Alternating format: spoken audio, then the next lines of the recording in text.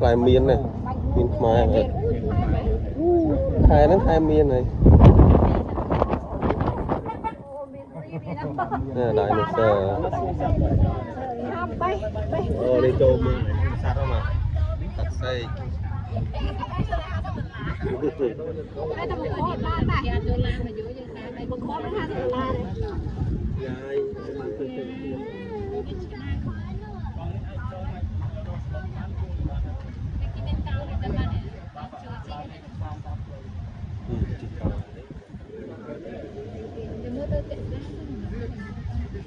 Chị tới xe hoa nữa.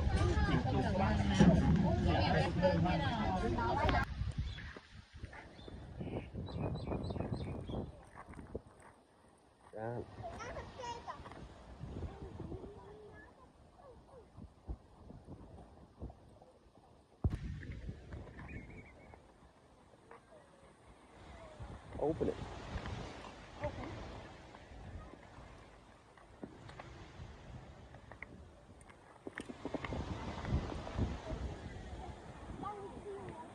Con cùi nắng ấy con. Con cùi nắng ấy, sao?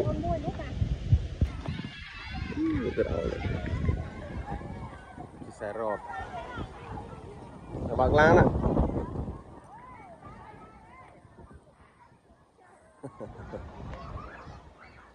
Nào, món chi xe rọt đấy. Để xe rọt mày tí ấn.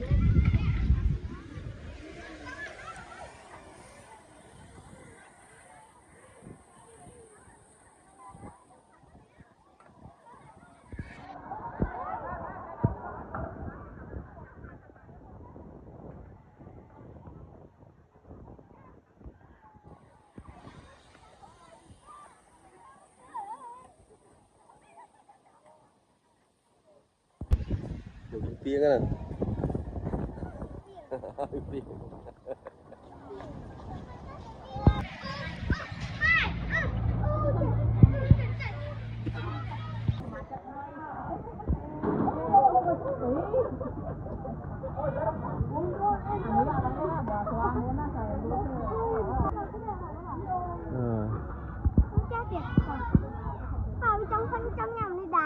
Nhau đang bị nhau cả.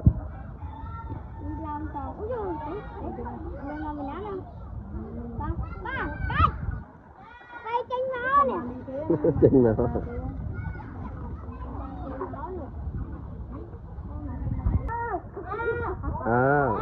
lại lòn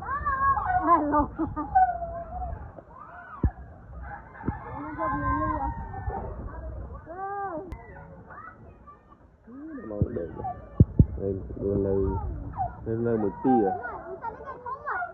ô tri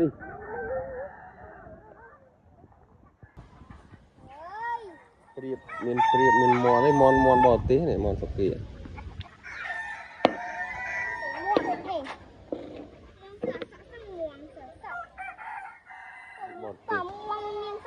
miền mòn pi pon thay vào muối chứ ô tri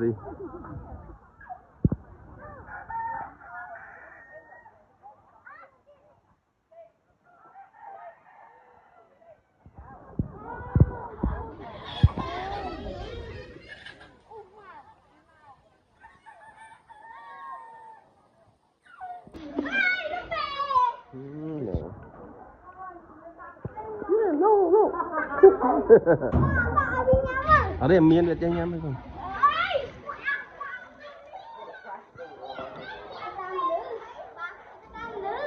Đâu?